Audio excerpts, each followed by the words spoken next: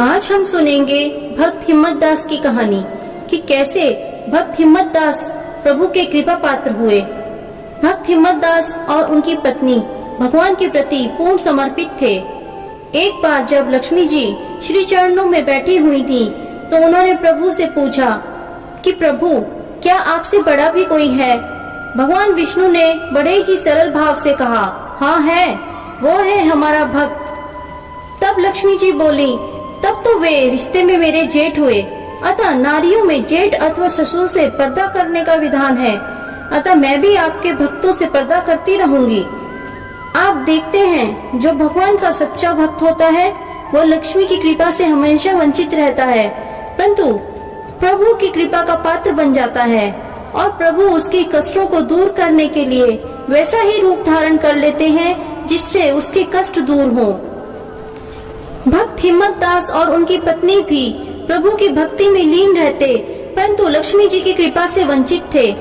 एक दिन हिम्मत दास जी के घर कुछ संतों का आना हुआ और उन्होंने भोजन की इच्छा प्रकट की। उस समय संत हिम्मत दास के पास स्वयं के खाने के लिए कुछ नहीं था, तो वे संतों को कहां से खिलाते। परंतु उन्होंने फिर भी आदर पूर्वक संतों को आसन ग्रहण करवाया और पत्नी से जाकर सलाह करने लगे कि संतों को भोजन कहां से कराएं। पत्नी बोली, आप चिंता मत कीजिए, आप साहूकार से कुछ सामान उधार ले आए, जिससे संतों की सेवा हो जाएगी।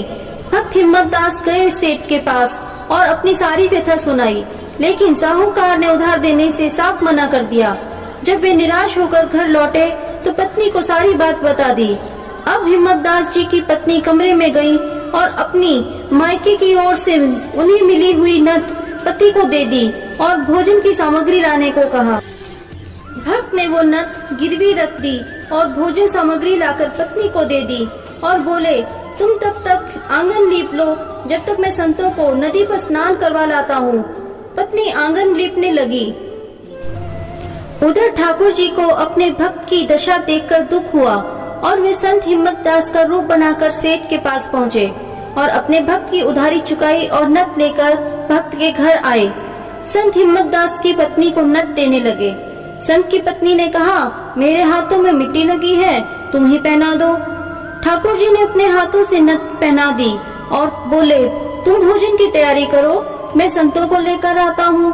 और रास्ते में ही वे अंतर्ध्यान हो गए। उधर संत हिम्मत दास संतों को लेकर आए। पत्नी को नथ पहने देखकर हैरान हो गए और बोले, यह नथ तो मैं सेठ को गिरवी रख कर आया था, तुम्हारे पास कहाँ से आ गई? उनकी पत्नी ने कहा, अभी आपने ही तो पहनाई है और आटा दाल चावल की बोरियां रख कर गए थे। संत हिम्मत दास हैरान रह गए। संतों को भोजन करवाकर अंत में सेठ के पास गए और सेठ से नथ के बारे में पूछा तो संत को सेठ ने कहा कि तुम ही तो आए थे। भक्त हिम्मत दास समझ गया कि आज फिर से नरसी का भात भरने वाला फिर से हिम्मत दास बनकर आ गया। धन्य हो प्रभु, आपसे अपने भक्तों की कठिनाई नहीं देखी जाती। अब तो भक्त हिम्मत दास और उनकी पत्नी संतों की सेवा करते हुए प्रभु की भक्ति में लीन रहने लगे और अंत में प्रभु की कृपा से सद्गति को प्राप्त हुए।